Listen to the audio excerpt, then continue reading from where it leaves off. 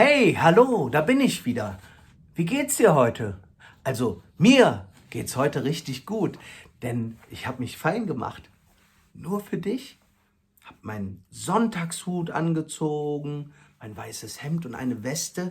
Und ich habe ja gestern schon verraten, heute erzähle ich euch ein ganz tolles Märchen. Und es geht unter anderem um eine goldene Kugel. Es war einmal der Froschkönig. Es war einmal ein König, der hatte 3 Töchter, die alle wunderschön waren. Die jüngste aber war von allen die schönste und die sanfteste. An einem besonders heißen Tag im Sommer spielte die Prinzessin mit ihrer goldenen Kugel am liebsten im Wald an einem kühlen Brunnen. Einmal aber warf sie die Kugel hoch in die Luft und fing sie nicht wieder auf. Die Kugel landete im Brunnen und versank in der Tiefe. Das Mädchen wurde traurig und weinte um die verlorene Kugel.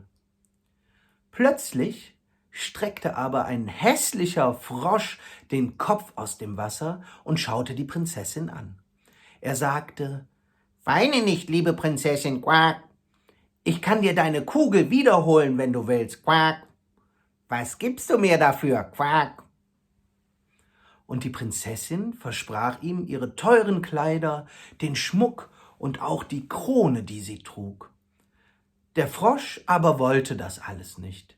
Er sagte: »Ich will nur dein Spielkamerad sein, quack, neben dir am Tisch sitzen, quack, von deinem Teller essen, quack, und in deinem Bett schlafen, quack, dann hol ich dir die Kugel, versprochen, quack.« Das Mädchen versprach ihm alles, und der Frosch tauchte den Brunnen hinunter. Nach einer Weile kam er wieder an die Oberfläche und hatte tatsächlich die Kugel bei sich. Die Prinzessin freute sich sehr, nahm die Kugel und lief übermütig und glücklich nach Hause, ohne weiter an den Frosch zu denken. Am nächsten Tag, als sie mit ihrem Vater und ihren Schwestern bei Tische saß, klopfte es auf einmal an der Tür und eine Stimme rief: »Königstochter Jüngste, mach mir auf!« Als sie nachsah, wer dort saß, erkannte sie den Frosch. Ihr Vater fragte, wer denn da beim Essen stört, und so erzählte sie ihm die ganze Geschichte. Der Vater erklärte ihr, dass sie ihr Versprechen schon halten müsste, und so ließ sie den Frosch herein und setzte ihn neben sich an den Tisch. Sie ließ ihn auch von ihrem Teller essen, aber als er in ihrem Bett schlafen sollte, ekelte sie sich furchtbar. So ein Frosch im Bett. Der König aber bestand darauf und erinnerte sie daran, dass sie schließlich ihr Wort gegeben und es versprochen hatte und der Frosch ihr auch geholfen hat. Sie nahm ihn mit in ihr Zimmer, aber als die Türen geschlossen waren, wurde sie wütend, nahm den Frosch und warf ihn an die Wand. Als er herabfiel, verwandelte er sich aber in einen wunderschönen jungen Prinzen. Er erzählte ihr, dass er von einer bösen Hexe verwandelt worden war und nur die Prinzessin den Zauber lösen konnte. Sie heirateten und lebten glücklich im Reich des Prinzen.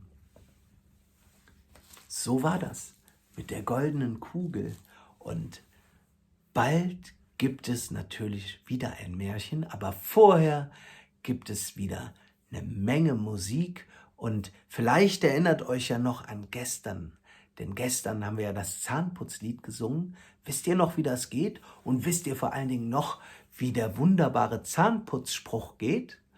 Rubidibidub, blub, blub, blub. Nicht vergessen. Ich hoffe, wir sehen uns morgen wieder. Macht es gut. Bis dahin, euer Björn.